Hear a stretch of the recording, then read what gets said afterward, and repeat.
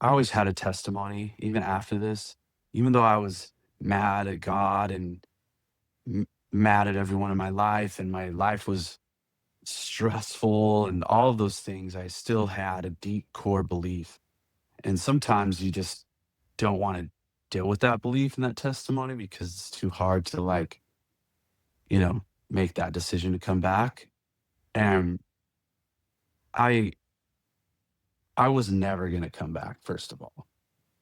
And it was always like, "Oh, this is my life now. It's gonna end in destruction." I was on that path, and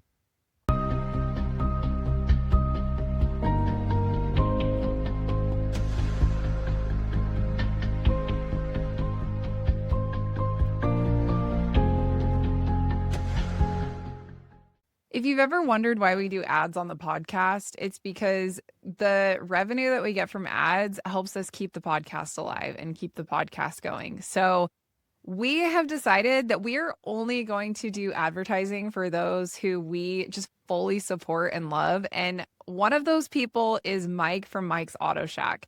You guys, I cannot tell you how amazing Mike is. He is the most genuine human being.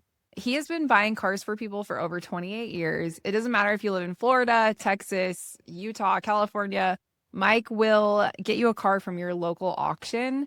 And so you don't have to travel too far to pick it up. And he only buys cars with a full factory warranty.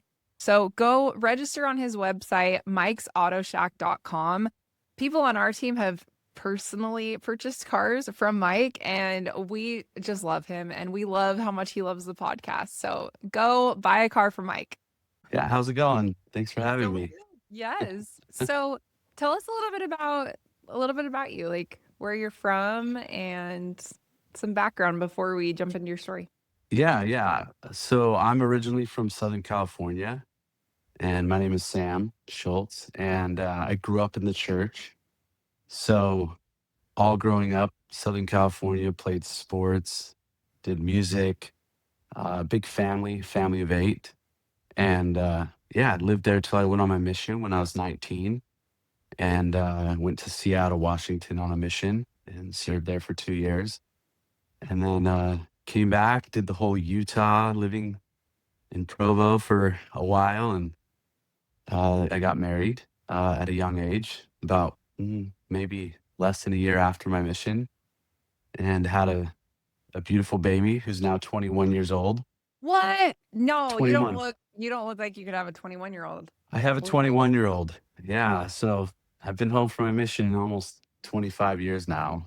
Uh, That's wild. so yeah, so that's kind of my background, and grew up in a really staunch LDS family where, you know, through and through pioneers, that trail back to like Hiram Smith and other people that crossed the plains. So uh, one of those things where it's not the easiest to, you know, trailblaze your own, Yeah. destiny when it's kind of been taught to you your whole life. And yeah, so that's kind of a bit of my story. And then Are you in fast, Utah now or no, no, I'm actually in New Jersey now. okay. So, lots has happened since after the mission in Utah, and ended up here in New Jersey, pretty Well, close to hey, New York City. real quick, your disciple chain looks Oh fire. yeah, okay. Like, I didn't know if you I wanted love me to it. wear it, but I just got it. I love it. I'm so glad. It looks Yeah, perfect. I yeah, love fits it. good. Yeah, You chose the black one. I like that. It's yeah. a it looks good. Well, it's not. You can't really see it that much because it's on a black sheer, but I love it. Well, Thanks it for looks thanks for great. having it. Yeah, You are welcome. yeah, Okay. Well, let's jump into your story. I'm excited.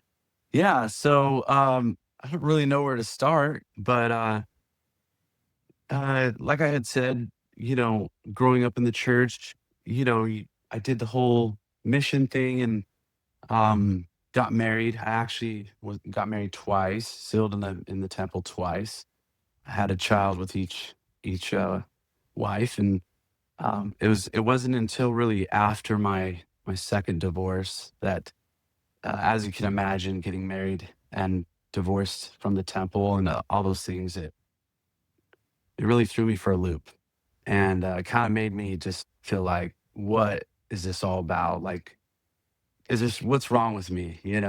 The struggle was real hard, and that at that time, I was pretty squeaky clean LDS my whole life until about that time, and I always say, um, I just gave up on life. I didn't really want to live anymore, and just the struggle to wake up every morning was real hard, and then I got introduced to things like alcohol and drugs, and that it definitely masked a lot of those feelings to just at least help me wake up and survive, and get through my day. Do you feel like the divorces were they just kind of like didn't wasn't a good fit? Like was it something like dramatic that had happened, or you just were like, this isn't working for us?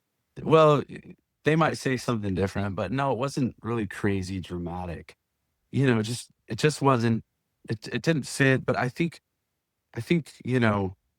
reflecting on it, and also where I'm at in my life now, I just wasn't doing it for the right reason, right? I was kind of like going through the motions of like, okay, this is what you do next. You get married in the temple, you have kids, and then you don't really realize like, oh wait, there's real life involved in that, and it's not just all about reading your scriptures and praying and all that stuff. You actually have to get along, and you have to like navigate, you know, personal issues and stuff like that. And so, I'll take just my own, my side of the street. I'll clear my side of the street is basically just, I don't think I was totally grasping life the right way, and I wasn't looking at how to do marriage and the gospel and all those things the right way. And so, that's taken a lot of therapy and a lot of reflecting, and definitely like when we get more into this story, you'll understand kind of why I feel that way. And, I'm really grateful that I had that experience and those experiences, but I don't look at them as like really a hardship anymore, ironically, even though I didn't want to live after that second divorce. And, I look at all of the experiences as a blessing now and some of the greatest Mhm. triumphs. And I learned a lot. And so, yeah, so, the next, I guess you could say, 8 years after that, I always say I don't know how full transparent we're allowed to be, but I always say I kind of flipped the world off. I flipped my life off. It We're like very really transparent over here, okay. so you go ahead. Yeah. So I just didn't care. And it reflected in just the trail of destruction that I left. I left a destruction of relationships, and I burnt a lot of bridges, and, I, lost a business, and uh, just so many things. I mean, I could have lost more, but I didn't, but it was going down a really destructive path. And obviously, the more destructive it is, the more alcohol and drugs that you use, and and then also while you're doing that, you don't realize how bad it really is. And even when people are telling you like, bro, you got to figure this out, like you're not going down a good path. Probably my uh, conclusion to that path was either death or jail, prison time. And, I definitely saw both of those things in my vision. And so, I, reflecting back on it, I just really think that, the Lord never gave up on me. And even though I didn't see it, and I was, you know, off the path, and doing all the things that, were rough, you know, I, I know that he never gave up on me. And that kind of gets me to the moment when I finally came back to the church. I always believed in the church. I always had a testimony, even after this, even though I was mad at God and mad at everyone in my life, and my life was stressful and all of those things. I still had a deep core belief. And sometimes you just don't want to deal with that belief and that testimony because it's too hard to like, make that decision to come back. And I I was never gonna come back, first of all. And it was always like, oh, this is my life now. It's gonna end in destruction. I was on that path. And Just to kind of lead you up to, the big story that kind of got me back to the church was my parents were on a mission in Nauvoo, and I was in a rough spot.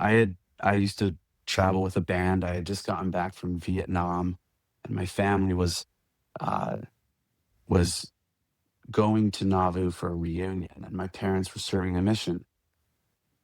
I had planned on going there with my two daughters that I gathered from the two different moms, and just got back from tour, and all the things that come from touring, partying, and just wasn't in a good place. And I just remember the day before I went to Nauvoo, one of my sisters texted me and said, "Sam, I don't want you at the reunion." And texted me all these reasons why I wasn't invited. And if I came, she wasn't going to be there. And I got real defensive. And she basically said, "If you come, I want you to take a drug test and, breathalyzer and all these things." And so I actually ended up going, but I went a few days before. But after I went to Nauvoo, and I left my daughters there, and I left before my family came. I just visited my parents. I took a detour, and I went to New Jersey, which is where my now wife is from. And I just randomly, I don't really know why, but I was dating this girl in New Jersey. Her name's Katie. And I had left Nauvoo, and I was real depressed and sad. And, I had felt the spirit in Nauvoo. I kind of been feeling, the things that Nauvoo bring and some of the old feelings, but definitely not enough to make any life decisions. Just feel it, and then you move on with your life and keep living the way you were. So, anyways, I came to New Jersey, and I asked my kind of girlfriend. She wasn't quite my girlfriend yet. If I could come visit, and she said sure. When I visited, she asked me the question. She said, "Hey, did you hear your prophet just passed away?" And I was like, "Who's the prophet?" She was like, "Thomas S. Monson." So she just asked me a lot of questions, and I found myself starting to, instead of say, "Well, they believe in this," I started to say, "Well, we believe in this." And I basically taught her most of the gospel. And I just, randomly said, "You should go to church. You should just go to an LDS church." And, her response was, "There's an LDS church around here?" And I was like, "Well, let's look it up." So ended up, we went to church the next day, and I was really like not okay with it. As we walked in, there was four missionaries standing right there, and I was the one dressed in normal clothes, and my wife was dressed nicely, and they thought she was the member bringing some non-member in. I said, "Look, elders, I know what this is all about. You're never going to get me back, but she's interested, so you should teach her." And one thing led to another. She ended up having the missionaries over. So I was living in Salt Lake City at this time, and I had gone home after this first time back to church. I mean, probably in 8 years. And I didn't really want to go. She just was interested. So I took her. I kind of handed over this golden contact to these missionaries. I remember this Sunday vividly. I remember I couldn't wake up. I was so depressed. I think it was like a couple days after my birthday. Had no one in Salt Lake City with me. Had this girlfriend over here, this family over here that's at a reunion that didn't want me there. My parents on a mission. And I just remember not getting out of bed till like noon. But when I did get out of bed, I got this text from my girlfriend, my now wife, Katie, and she said, "Hey, can you explain to me what these lyrics are to this hymn?" And it was "Come, Come, You Saints." And then I proceeded to say, "This is what Nauvoo's all about." And I was able to teach her more about Nauvoo, where it had just been. And she challenged me on the worst day of my life. She challenged me to go to church again the following Sunday. I was in downtown Salt Lake. And I joked with her and I said, "Hey, look, if there's a church that's at 1 o'clock and and I'm still available and I'm driving around, if I'm available, I will." And so I happened to be driving downtown Salt Lake where a lot of churches are. And I ended up at this church right before 1 o'clock, right before I got to my home. I went inside and I was in my street clothes, just living my normal life, and sat on the way back. I stuck out like a sore thumb, and I just had my head down, feeling really depressed and didn't want to be there. But I kind of told my girlfriend that I would go, and had my head down, sitting there, didn't know why I was in church again. And I look up on the stand, and Elder Jeffrey R. Holland was sitting on the stand. And I just remember like getting just the chills. Like, what went through my mind was like, why am I going? Why was I in Nauvoo? Why did I like randomly go to New Jersey and she's asking me questions? And why am I here in church right now where Elder Jeffrey R. Holland is? So I'm already feeling those feelings, feeling the spirit. Hadn't felt that feeling in probably 8 years. And on top of that, a song called In This Very Room was the special musical number, which is a song that I grew up listening to with my family singing it. And so all these things just started like, almost felt like, I asked the question like, what is this about? Why is this happening? So I'm texting my wife.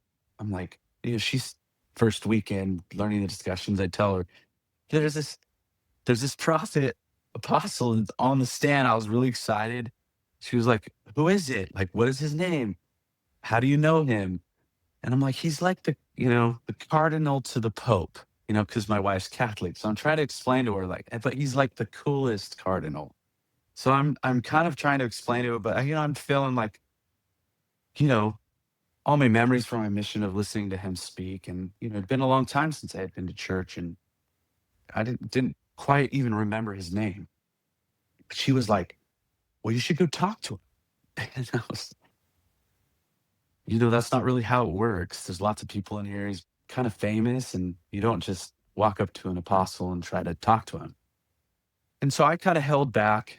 And, of course, there's some of those feelings when you're in that place. You probably know what I'm talking about, where you don't really want to talk to someone like that because they're going to, you know, judge you, or you feel like they're going to, you know, cast you down, or you feel so low and unworthy, and all those things. And so I stood back. I just said, if he comes and walks by me, I'll shake his hand. It'd be awesome just to kind of tell everyone I met Elder Holland. Well, instead, I watched him, and I'm sorry if I'm emotional, but I haven't told this publicly or very many times to people, but I stood back, and he made a beeline for me. He saw me in like not church clothes, whatever it may have been. He made a beeline for me, and he walks up to me, and he slams my chest 3 times like an old grandpa would. And he's quite a bit shorter than me, but he just hits me really hard in the chest. And he said, "What's your name?" And I said, "My name is Sam." And he said, "Well, Sam, I'm so happy you're here today." And that's all he said to me. Walked away. And I try to explain that feeling, but it felt like all the demons released out of my body. And the spirit was burning inside of me, and I didn't really know what to do with myself. I didn't know how to like contain it. It was a feeling of love, the feeling of like hope. And so I kind of just stood there and was like, wow, that was really cool. And I remember thinking this thought, well, that was cool, but not enough to get me to come back to the church. I remember that thought specifically. Or it would be too hard to come back to the church. And so what happened was 15 minutes later, I started walking out of the church, and I hear someone call my name. And Elder Holland said, "Sam, Sam." I turned around, and it was him and his wife. And he just asked, "Hey, can we go step over here and talk real quick?" And I said, "Sure." Yeah, I said, "Sure, but I don't really know what you want to talk about because I'm not in a good place right now." And he just said to me, "What's going on?"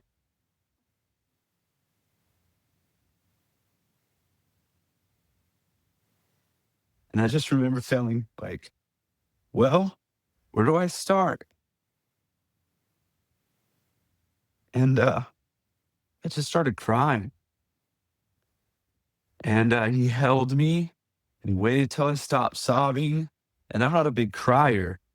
He, he just asked me, he said, what's going on? So well, been divorced twice. My family doesn't want me anymore. My parents are on a mission. My girlfriend's taking the discussions. I'm addicted to drugs. I'm like alcoholic, all these things. That's what's going on. And I don't know what to do with myself. And he said, well, are you still breathing? And I said, yeah. He said, is your heart still beating? I said, yeah. He said, well, we haven't gone too far.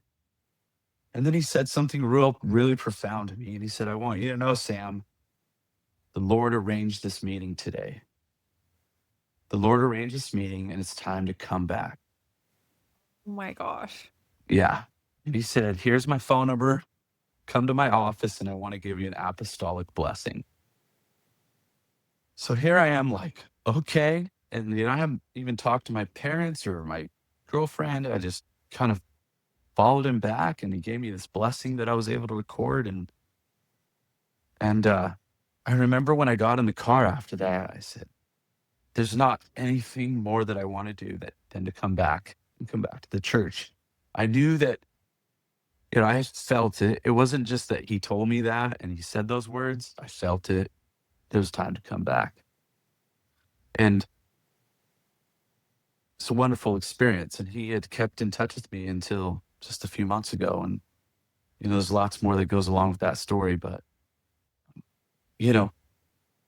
what that story taught me was I thought I was in a storm at that point. I thought life was the worst it could ever be. But actually, the Savior saved me from a storm that was coming that was much larger. Having to overcome the addictions and overcome the destruction that I had created, overcome the relationships that I've had burned, but even future just things that were coming my way. And if I wouldn't have come back to the church and if the Lord wouldn't have intervened at that time, I wouldn't be here today. I just wouldn't. So you had that meeting with him. What was it like quitting substances after that? Like addiction is not just a easy thing to just be like, yeah, I'm done. Like how were Yeah. you to give that up and like what was that process like? Well, it wasn't easy. I mean, he was like, he made this funny comment like, I can't be your bishop and I can't be the drummer in your band, but I can be your friend and I care about you. And so basically he just said, get back in church, go see your bishop. So that was the first step, but it wasn't the step to quit. The quitting part was a lot harder and a longer road. I ended up going to rehab. But, Elder Holland knew all about this and, we were emailing while I was in rehab and I went to a place called the Ranch in Renaissance Ranch in Oh yeah, I know Bluffdale. Renaissance Rat. Yeah, I Yeah. had Preston Dixon on the podcast. Oh yeah, Preston Dixon was he's the main guy. Yeah. I've actually had a couple of the Renaissance Ranch guys on the podcast. Brian Heaton Oh yeah. Yeah. The and director. yep, Justin. My husband actually went to Renaissance Ranch for like 2 days before he left Renaissance Ranch. Okay. Before he left. But he wasn't ready at the time, but Renaissance Ranch is, yeah, I know those Yeah. guys very well. Yeah, it was awesome. It was life-changing for me. And, I didn't just willingly go. So I had come back to the church. My girlfriend had gotten baptized and I had quit most things, but it was the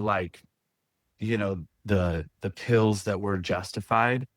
And I didn't realize that I was addicted to them. And so it took me a while to get back or get off of that mainly. And so I had to, withdraw and detox and then ended up at the Renaissance Ranch. And it was a rough road for me, because it's not just an easy fix when you decide turn to the Lord and come back. It's just those fixes come easier, when you're relying on Savior. You know, the 12-step program is all about, you know, God and higher power. And so, it definitely wasn't an easy road. Like I had some other things that were storms that came up, and navigating those things were not easy, and luckily, I ended up getting married to my wife, Katie, and she ended up getting baptized, just a couple weeks after I met Elder Holland, and then, a year later after, she got baptized, we got sealed and Elder Holland did it. Oh my Yeah. gosh. I did not know I was interviewing Elder Holland's bestie on this. That's so cool. Well, I've never really, like, told this story because, or at least publicly, just because, I never got a picture with him, and the anonymity of of just going out and telling my story while he was still here just didn't feel totally right. Mm-hmm. But I always tell people he kinda had a leash on me. He'd always check in and say, "How you doing? Do you have a calling yet in church? Or are you being nice to Katie?" And all that stuff. As we were connecting, he said, "When are you getting sealed?" And, he said, "If there's a time between this time and this time on a Friday in Salt Lake City before the temple closes, you know, I can do it for you." And so we ended up just scheduling it, and he was able to seal us. And we had actually already had a 2-month-old baby who we named Holland. Oh my gosh. Yeah. So her name's Holland, and she's 6 now, but she's named after him. And so Elder Holland sealed Holland to us. And um I just yeah, gave me the chills. yeah, That is so amazing. yeah. It's a really cool story. And you know, actually, recently, one of the things that my wife asked me what she could get me for Father's Day was, I had told her, printing out all of his emails and putting them in a book so that I could just kind of like a journal, just because I miss him. And, I used to email him like, "Hey, I just did this," or "We just had another kid. We've had 3 kids since then." And so him seeing our story from A to Z, I'm sure was, you know, awesome for him. And I'm sure I know I'm not the only one, but it's just one of those things where just have a mentor like that to lean on. And there was lots of times where I, wanted to give up again, even after meeting him. Satan was not nice to me, and the adversary was working harder on me because I chose to turn to the Lord. And so, any of your listeners or people that are on, like, don't expect it to be easier once you come back. Actually, expect it to Mm-hmm. be harder, when it comes to storms and trials. But, So true. stay strong in those trials. And when you prevail in those choices and those trials, and when you stay sober, or when obey that commandment, you'll be blessed and you're much happier. And, I now live a life in New Jersey, and, I have 3 more beautiful kids. My oldest daughter, who's from Utah, lives here now with me, and she's 21 and she's doing well. And I have 2 step kids, so I now have a total family of 7 kids. And my wife's been a member for, almost 7, 8 years now, and we're super happy. And I never thought that, like, happiness and joy and peace was a part of my life, could Mm-hmm. ever be a part of my life again. Yeah. But And you were talking about like how the trials, like after we get sober and come back, the trials are still there. And it's so true. But the difference is that you have the Savior with you in your trials when you are back. My dad, he always says that it's like you're insulated from feeling the pain that comes with trials. There's this talk from President Eyring, and I love President Eyring. He is yeah, like, Yeah. He's from New And Jersey. what? Yeah. I didn't know that. Oh my Yeah. gosh. That's crazy. Um, so he has in his talk, he talks about how at his wife's funeral, he was smiling and he felt joy. And he's like, everybody was probably wondering why I was smiling. There is so much joy and peace found in the gospel, and we can find that despite our trials. He works all those things to our benefit somehow.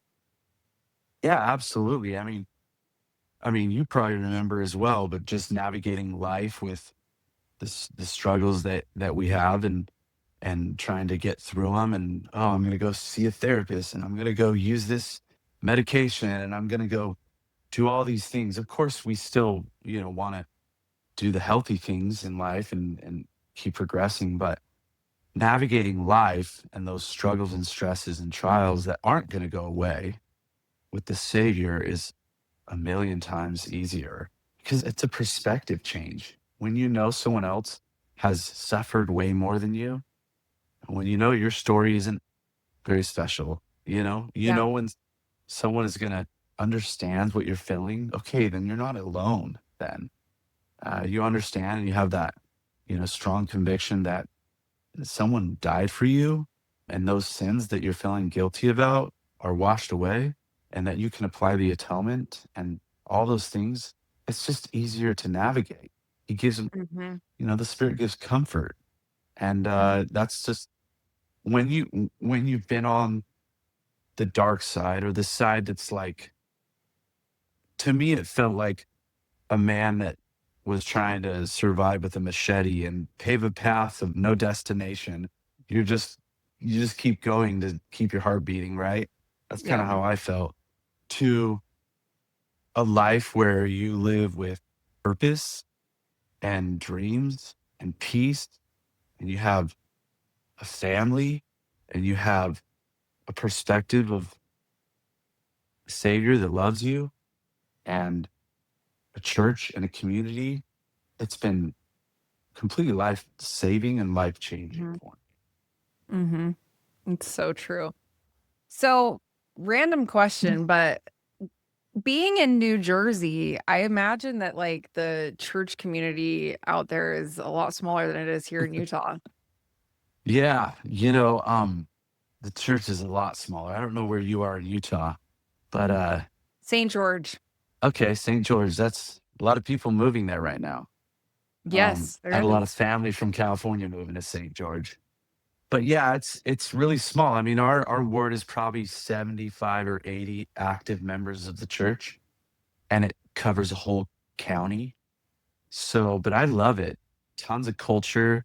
I mean, I could name off probably 20 different countries that people are from, in our ward, and a lot of converts that are only within the last 10 to 15 years. My wife being one of them, and me being someone that came back, and Yeah, our families. So it's no hate on Utah, but it's just a little bit different perspective. it's different. The culture is different. And, Totally.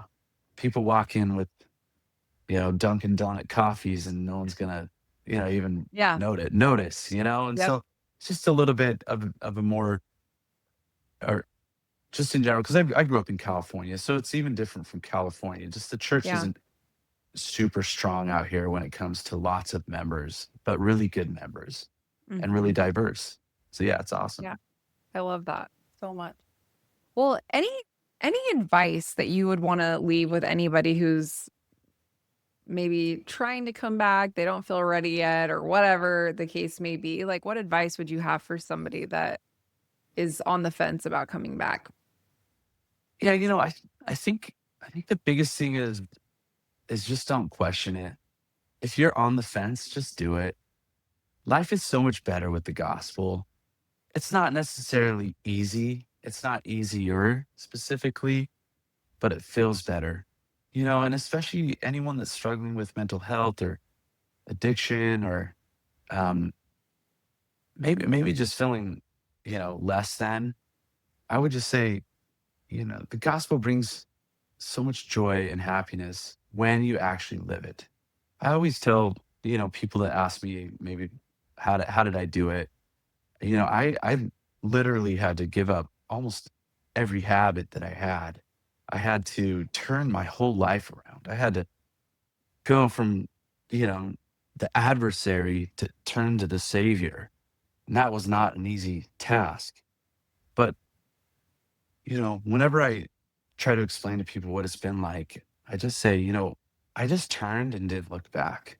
You know, Hmm. even when there was storms, even when there was struggles and trials and all of these things, I just kept moving. I don't know if you've ever heard the story of, the storm and buffaloes and cows. My brother-in-law, when I was going through all of this, he said, buffaloes are smart. When a storm comes, they run straight through the storm and they get through the storm eventually, and they generally survive the storm. But cows generally run away from the storm, right? And the storm actually ends up following them and keeps beating them down, and they don't generally survive a storm. I think that's a roundabout way of the Hmm. explanation, but Hmm. we always had this phrase, just buffalo through the storm. Just get through it. You're going to survive it. There's definitely going to be better days on the other side. But if you mask it, if you know, run away from it, generally the storm's going to follow you. And part of that is through the Savior. Hmm. Don't mask it. Don't try and, run away from, the storms. Go through them and go through them with, confidence and having the Savior on your side, and you're going to get out on the other side. I love that. That is so good. Well, Sam, this has been such a pleasure. I did not have any idea. Like I totally went into this episode blind and I had no idea that this was the episode that we were going to record today. And it just, I mean, gosh, it's so cool. It's so cool to see your transformation. And it's also so cool to just like Elder Holland, like you never shared about it. Nobody knew about that, like except for you and him. And it just goes to show like what a amazing human being he was. Yeah. And just it's such a beautiful story. Like it wasn't for anybody to know but you guys. And like now that he's gone and just being able to share this is so beautiful. And I thank you so much for coming on the podcast and sharing Yeah, this for with us. sure. And I wanted to share something with you that I had this thought about Elder Holland, just having met him, just a one-on-one situation. He's very bold about his conviction and what he stands for. And, he wasn't scared to put himself out there, maybe getting rejected by me. He bore his testimony strong. And I think I watched a couple episodes that you were on. And I just remember, you saying like at the beginning, it was a little difficult sometimes. And, my hat goes off to you. Even apostles are bold and, one-on-one. And my hat goes off to you for sharing this podcast and, putting a light on people's stories, because it's definitely been an inspiration for me, but also I've heard lots of other people around me. Even in New Jersey, you have some fans. Oh So my gosh. I'm so honored. yeah, Thank you. yeah, Thank you so much. That of really means so course. much to me. That's Yeah. so sweet. Every time somebody tells me how it's helped their life, I that is the ultimate reward is hearing how much it impacts people and it's only made possible because people like you are willing to come on and be vulnerable and share your story. So thank you so much. Yeah, absolutely. Thank you, Ashley.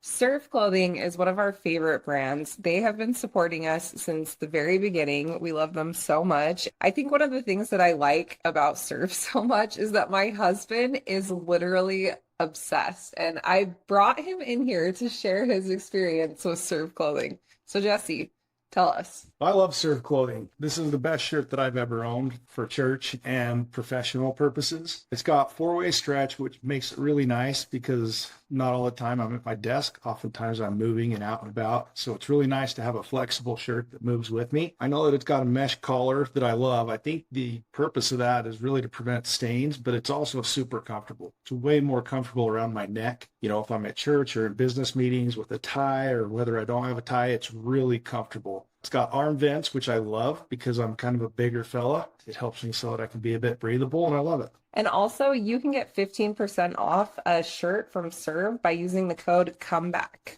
A lot of people have asked us how they can support the podcast, and we have created a Comeback Podcast merch line on our website, www.comebackpodcast.org.